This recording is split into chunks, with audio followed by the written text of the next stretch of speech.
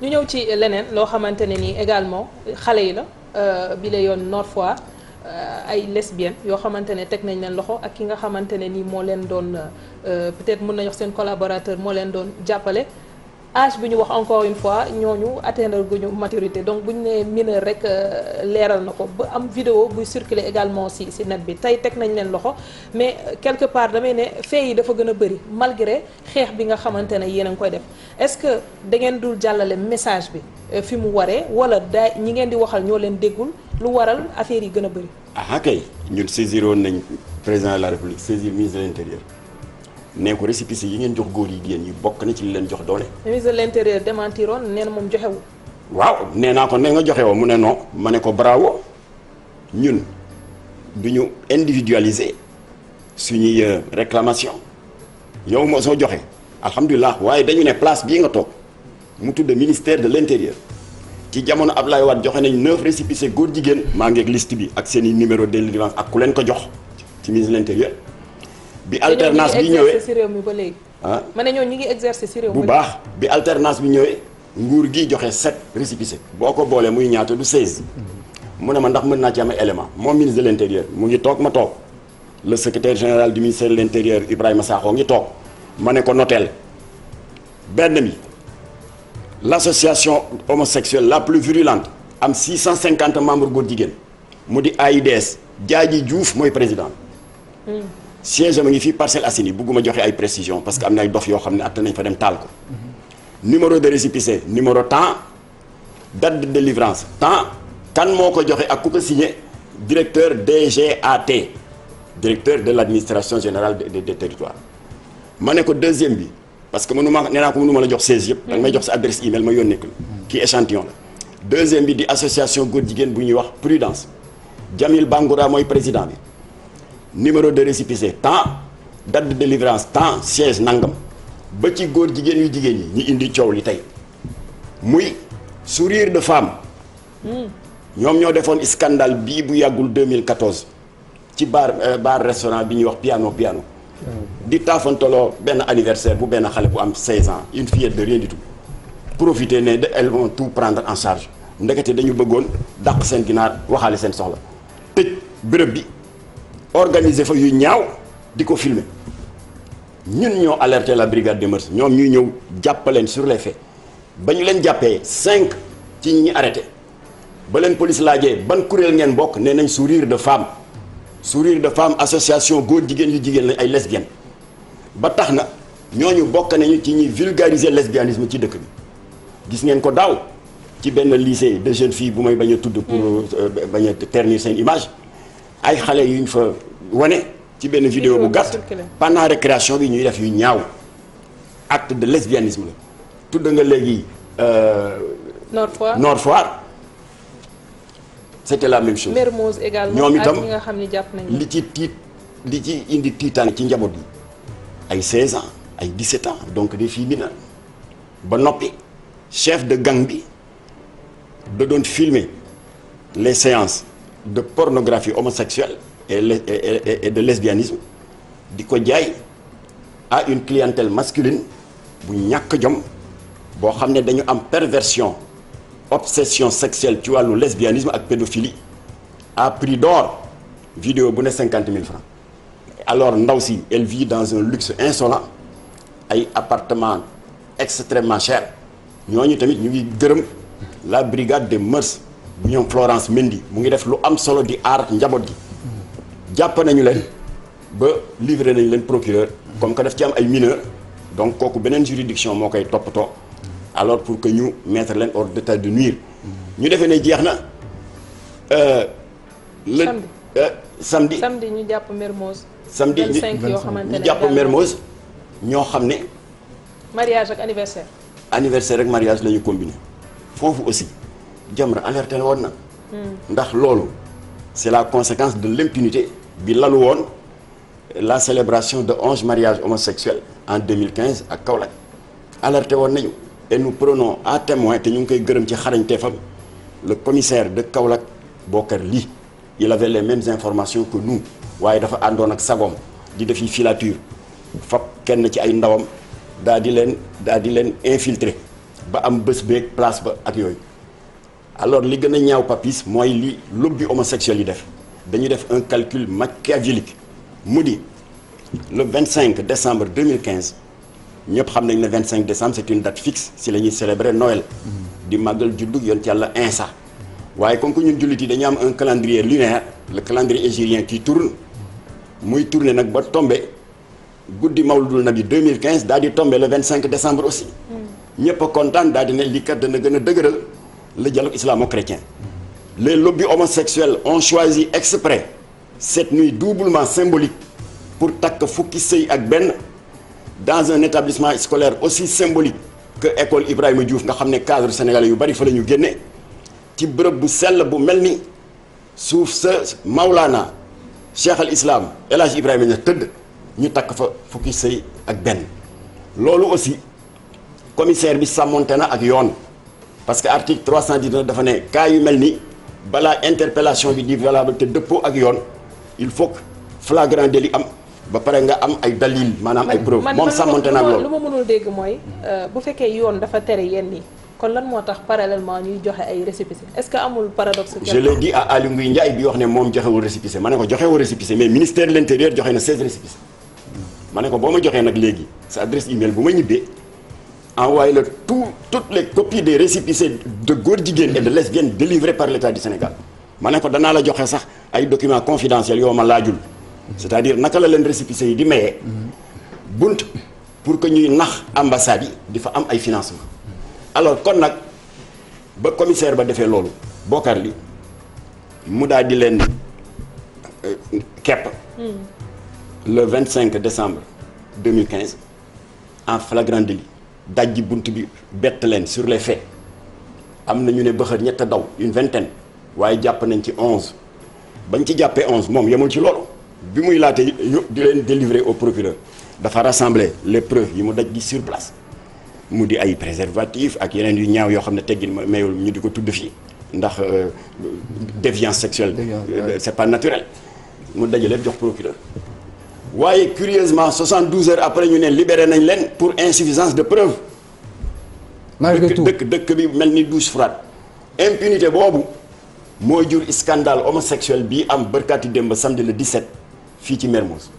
bii nag dootul 11 waaye 25 góor jigéen ñoom la ñu jàpp encore une fois en flagrant délit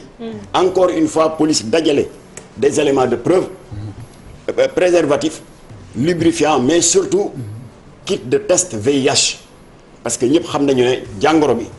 ci communauté boobu la gën a tàkkarnaase parce que Sénégal yàlla defal lu ko sutura ci diine ji ak yiw gi ak liggéey bu rafet bi fi mag ñi def sur le plan global OMS nee na on a un des meilleurs taux de prévalence 0,7% de SIDA kon egguñu sax 1% waaye ba Sénégal fobee la communauté homosexuelle berlen ñu ngi ci 27% maanaam téeméeri góor jigéen boo gis ñaar fukk yi ak juróom-ñaar am nañu doomu jàngoro bi kon ñooñu c'est des vecteurs de transmission du sida alors loolu yëpp police dajale na ko les kits de test VIH ba fii may waxee yow nii déféré nañu leen au parquet ñun nag ñu ngi ñaan état bi nañu bàyyi procureur def liggéeyam. waaw justement si par rapport ak seen liggéey bi. waaw nu ngeen def pour exister c'est important. est-ce que laaj na ndimbal boo xamante ni askan bee si war a jàpp ensuite état bi situation financière pour ngeen seen fonctionnalité naka lay demee très souvent parce que liggéey bi dafa am solo et c'est pour l'intérêt de tout le Sénégal. xam nga dégg nga ci presse bi temps yi ñu ne siège bi Jamra amoon 10 avenue Bourguiba te jàkkaarloog supermarché bi on les a expulsés du dégg nga ko. voilà kon nag ñun bu fekkoon li mauvaise langue yi di wax naan ce sont les wahhabistes saoudiens ñoo ñuy financé kon defe naa. ay problème mu loyer du tax ñu expliqué kon nag ñun ni ñuy fonctionner c'est important c'est sur la base du volontariat te yow bu ma génnee ci émission bi danaa la bind ci liste bi ña nga xam ne bu weer dee xeebu ñu téeméer xeebu ñu ñaar téeméer yooyu la ñuy dajale di financer nos combats et nos activités alors pour terminer ci chapitre scandale homosexuel bu samedi police def na liggéeyam juge bi mu ngi taxaw ci liggéeyam nañ ko bàyyi ak teeyu bakkanam li tax ma wax loolu fu wér laa ko teg te jamono yooya le président Macky Sall était premier ministre mu di wala boog ministre de l'intérieur mu di mariage homosexuel ba amoon mbaaw ñu jàpp leen ni ko code bi waxee c'est-à-dire flagrant délit ak ay preuves ñu toog ay fan yu néew ñu dégg ne libéré nañ leen bay ma àndoon ak imam Mbaye Niang ak oustaz Aliou Sall ñu dem grande mosquée doon def marche bañ ko enquêté ndekete li tax ñu libéré leen te loolu na si Macky Sall bàyyi xel parce que y a eu une ingérence inacceptable d'un État étranger mu di France. On a les preuves que Sarkozy, président Sarkozy à l'époque moo doon chef d'État français, en plein conseil des ministres,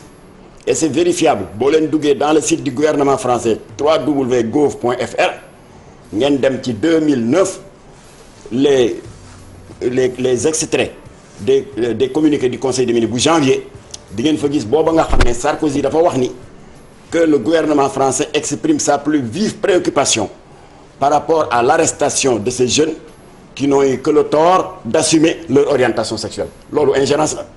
ñu defee ne jeex na Roselyne Bachelot qui était à l'époque ministre de la santé daal di feelu Sarkozy daal di duut baaraam Bernard Kouchner ministre des affaires étrangères ne ko sëñ bi yow yaa yore suñu kaddu à l'étranger ngir yàlla waxal waa Sénégal na bàyyi ñii et enfin dernière ingérence inadmissible pour un État souverain mooy le maire homosexuel de Paris Bertrand Delanoë moom yamul ci loolu dafa bind lettre l'ancien maire oui. Homosexuel parce que il a assumé son homosexualité dafa bind à 3 maires de ville fii ci Sénégal ñu ngi copie lettres yi ne leen maa ngi leen di interpeller en ma qualité de président de l'association des maires francophones waxal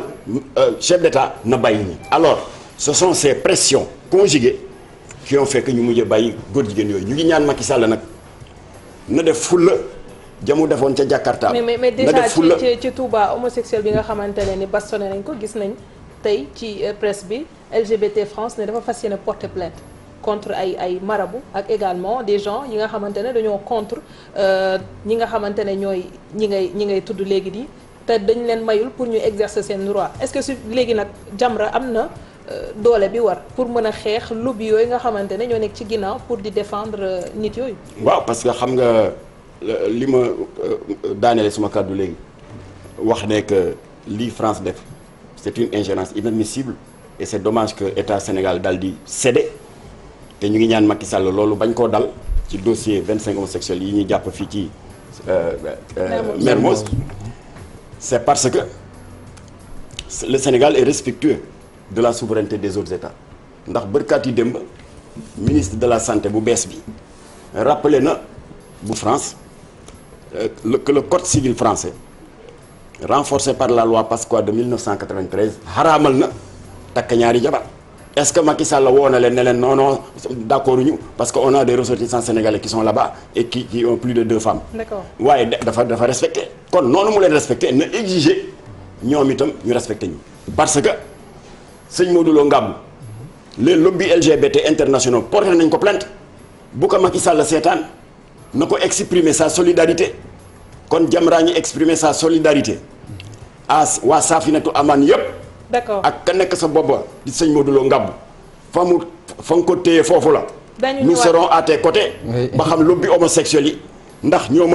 mën sëñ Touba. mën Seydi Hadji Malick Sy Cheikh Khalifa Baye Ibrahima ak Baye Laye parce que du ñu nangu dëkk boobu nga xam ne fii la ñu tedd ñooñu tëdd. ñu di fi daganal ngóor jigéen loolu du am. incha allah dinañu ñëwaat si yow si kanam parce que Papis am na laaj boobu mu sànni woon sànq te tontoogu ci bu ñu seetaani publicité ba ci kanam soit suñu gar di ñu ko waxee woon sànq mu di Mame Mactar Guèye mi nga xamante ne nii moo nekk vice-président bu ONG Jamra sànq ñu ngi woon ci plaidoyer bi nga xamante ne nii yaa ngi ko doon def jëmee ci autorités yi ngir ñu jël ay sanctions fexe ba ñi nga xamante ne nii loolu la ñu dundoon en 2015 ci ñi doon def mariage homosexuel ca Kaolack ñu bañ a dundaat lu mel noonu ci li nga xamante ne moo xew fii ci Mermoz. dëgg la ndax gàcce la un état souverain un autre état souverain comme yow ami qualité mag ami défaut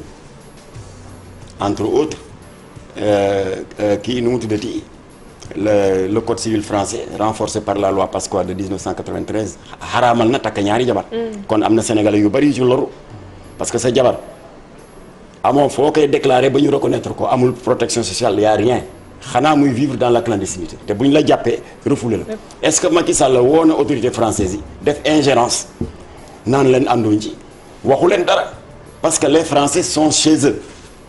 am nañu droit organiser leur vie communautaire en tenant compte de leur réalité socioculturelle lu tax Sénégal du am boobu droit ginnaaw bi suñu législateur nasee l'article 319 bi xaraamal les unions contre nature. alors kon nag ñàkk fayda googu ñu daloon en 2009 ba Sarkozy Roselyne Bachelot ministre de la santé Bernard Kouchner ministre des affaires étrangères ak le maire homosexuel de Paris di Bertrand Delanoë saisiroon des maires de ville ne leen à ma qualité de président de l'association des maires francophones maa ngi leen di ñaan ngeen wax président de la République nañu bàyyi góor jigéen yi. D'accord. C'était ces pressions conjuguées qui avaient conduit à la libération scandaleuse des 9 homosexuels loolu la ñuy ñaan Macky Sall ne dossier 25 homosexuels yi pour que impunité bi bañ a juraat beneen njombe nañu bàyyi procureur mener ko jusqu'au bout du question coxor du dara waaye dañu bëgg a sàmm suñuy valeur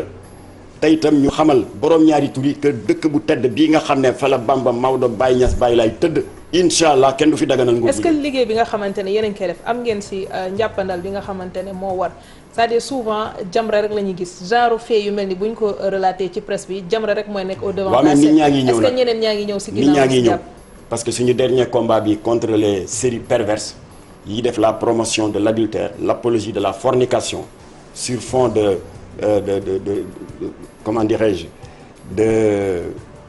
comment dirais-je de pornographie verbale ba Jamra bëggee déposer plainte maa ngi koy remercier au passage sëñ Bassirou Mbacké Cheikh Astou Fall jarbaat sëñ Mountakha moo ma jëkkoo depuis Touba. ne bu leen ko déposer gum damay ñëw signer parce que kenn waru leen bàyyi ngeen wéet ci xeex bi Tiwaawoon def noonu imam Abdoul Aziz El Hadji Aliou Dia ak seen naataango bi nekk 7TV Mamour Fall président de la convention des Tidianes donc Ndiassane Thiénaba Niassène Medina Baye Layène ba on a 48 plaignants lu Jamra mësul am kon yow li nga wax léegi dafa mel ni sa ñaan nangu na ba tax na comme que wolof nee na lu kenn mën ñaara ko dax maa ngi am yaakaar ni sëñ Modou Lo Ngabou nii ko LGBT international menacé parce que dégg naa ñu di ko menacé naan ko waaw comme que yaay def loolu borom ñaari tur yi boo bëggatee visa duñ la ko jox non seulement duñ la jox visa keneen ku bokk ci yow ci sa collaborateur yi nga xam ne dañu nekk ci Safinatul Aman ak kuréel yu ni mel au niveau des 27 pays européens dinañ leen xañ visa mais xoolal ma cette menace scandaleuse ñu ngi ñaan président Macky Sall bu mu bàyyi sëñ Modou Lo Ngabou mu wéet ci bras de fer boobu ak lobby góor jigéen ñi koy menacé. D'accord. ndax moom liggéey bi mu def lu du dara lu dul aar la ville sainte de Touba. ndax kenn bañ fa def naka si dul noonu. ñu ñëw ci financement wala koppar gi nga xamante ne di ngeen ko soxla ci liggéey bi Papis wax na ko sànq mi da nga borosé rek romb. fan ngeen di jëlee li nga xamante ne moom ngeen di defee xeex bi ndax enquête dina am ci ginnaaw. gëstu beeg xool bi saytu bi yenn saa yi ñenn ñi sax wékku ci yéen di yaakaar ngeen jàppale leen pour ñu mën a traverser yenn épreuve. fan la xaalis boobu di jóge ndax xam nga il y a quelques mois Jamra organisé woon na fi une grande marche de solidarité à l'égard des 93 veuves des anciens combattants de la guerre du Golfe xam nga ñooñu boo nee veuve rek néew ji doole la. oui ñun ñoo yëkkati dugal ci ba yàlla def sutura atteindre nañ suñu objectif parce que président Macky Sall wax na Augustin Tine qui était à l'époque ministre des forces armées mu recevoir Mohamed Boun Abdallah Dionne it recevoir na ma ba dossier bi defar nañ ko mu ngay avancer alors c'est comme ça qu'on fonctionne ba tax na lu Jamra def ci action rek c'est sur la base du volontariat moo tax sax yow ak Papis bind naa leen ci liste bi bu weer bi dee suñu waay dana fi ñëw boo leen amee 500 francs xeebuñu boo leen amee 1000 francs xeebuñu yooyu la ñuy dajal di ko dajalañtoo bay di financer seen action moo tax na muy profiter nag di waxaat les mauvaises langues yi doon wax ne les wahhabistes saoudiens ñoo ñuy financer lu tax ñu dàq Jamra ci siège am ba la nekk avenue Bourguiba lu day ni Arabie Saoudite ku muy financer est-ce que loolu dana la dal war na doy voilà kon nag léegi na ci ku nekk jàpp ndax wolof dafa wax ne lu kenn mën ñaara ko dàq incha allah. ci wàllu liggéey gi ba tey en terme d'acquis li nga xamante ne jot ngeen ko def tey xool ko mu nekk loo xamante ne nii fierté la ci Jamra ci loo xamante ne ay action yu ngeen posé déroulé ko ba am ci résultat boobu lan lay doon. waaw damay commencer ci bi gën a kawe rek. suñu ndam li gën a rëy mooy bi ñu yàlla dimbalee ginnaaw ba ñu créé Jamra en 1983 ba léegi donc février bi di ñëw ci la ñuy màggal suñu 38e anniversaire alors yàlla dogal na def nañu ay marche def nañu ay sitting des tournées de sensibilisation dans les quartiers populaires pour ñu yokk daan yi ñuy gàll ci loosu narcotrafiquants yi. Oui. waaye ñu ngi ciy kañ lañ ci am ndam comme que da nga may laaj li gën a màgg ci suñuy bilan 2007 la. yàlla dimbali lañu ba ñu ne carax dugg assemblée am fa député bu ñu fa toogal muy Abdou Latif Gueye. il a réussi en moins de 5 mois ci loo xam ne xeex nañ ko 20 ans mu ne këcc à convaincre ses collègues députés ba trafic de drogue dootul délit Sénégal crime la c'est la loi 2007-31 qui criminalise le délit trafic de drogue kooku mooy ndamu Jamra bi gën a rëy dégg nga sur le plan national sans compter nag sur le plan international waaye loolu ak yeneen débat la laaj. très bien dama lu tax ma ñëw taxaw foofu noonu parce que xam naa di nga souligner la loi Latif Gueye dama gis lu mel ni 10 000 problèmes ku mel ni 10 000 problèmes pardon. nekk ci situation nga taxaw di ko défendre naan nañ ko libérer ndax la mu nekk ñi gën a kawe la ñu war a jàpp pas moom. mooy yoon parce que dañu tàmm. ci dégg-dégg da dul neex kat ñu dégg ne Jamra mooy défendre loolu. waaw ma leeral ni. pour Jamra il est hors de question ñuy légaliser la consommation de drogue waaye itam il est hors de question ñuy créer une situation d'injustice gis xale bu ñu bett ci benn bopp koñ muy muqi yamba ñu teg ko loxo fëgg ko une peine trop lourde kooku c'est injuste alors que ñoom c'est des narcodépendants c'est des victimes des narcotrafiquants te seen addiction trop forte tax na ba ñoom c'est des malades et en tant que tel seen place du Rebeuss État moo tabax fii avec l'aide de la du Fonds mondial et de la mairie de Paris plus de 4 milliards lañ fa investir. mu di le centre de désintoxication bi ñuy wax CEPIA le centre de prise en charge intégrée des addictions. il faut que ça serve à quelque chose. kon Macky Sall na ubbi Rebeuss génne tuxkati yamba yi ñu yóbbu leen faj leen génne tooke bi nekk seen deret ba sotti ko seen organisme dootul soxla drogue. ba ñu normal ñu bàyyi leen ñu di jaar seen place ci penc bi te Rebeuss ñu réserver ko. narcotrafiquants yi nga xam ne ñoo fiy dugal seen poson bu bon bi nga xam ne mooy kannal suloo xale yi di yokk insécurité bi. di tas sëy ba noppi ñuy dugal di déstabiliser suñu économie par le recyclage de leur argent sale. ñooñu seen place mooy Rebeuss waaye xale yi nañ leen génne faj leen. Merci beaucoup Mame Matar Gueye le vice-président de l'ONG Jamra on revient juste après ceci.